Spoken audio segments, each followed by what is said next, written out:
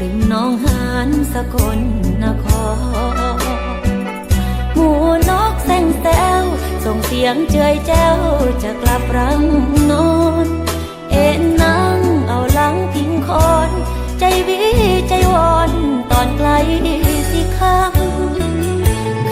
ำยามใดเคยมีอายยิงคอนเคียงกายให้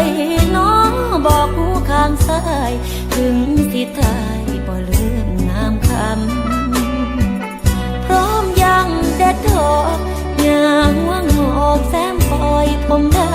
ำปากอายบอกใจชื่นช่ำกลิ่นแก้มอำทำช้ำใจเหลือหลาย2 ปีกว่าฟ้าเริ่มมัวอยู่ที่หนองหานวันเดือนปีเปลี่ยนผ่านอ้ายทิ้งหนองหานบ่หวนมาไกลไปหลงพาเขาแล้งเศร้ากับสาวผู้ใดบ่รู้สิกวนใสให้ทั้งหูอ้ายนั้นมาสะกดคำยามใดอดบ่ไหวแน่ไปมองเก่าโอ้น้องน้ำตาผู้สาวพังเงาเงือใจของคน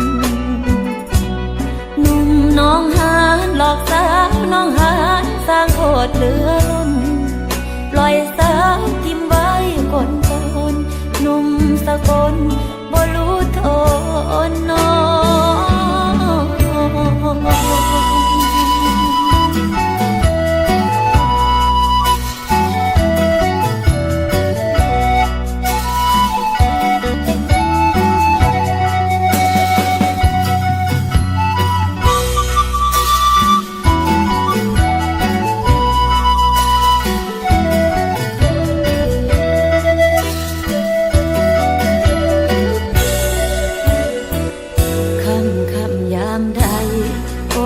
บ่ไหวแน่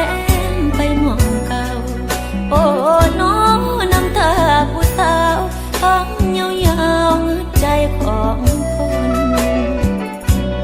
หนุ่มน้องหานหลอกสาวน้องหานสร้างโคตรเหลือ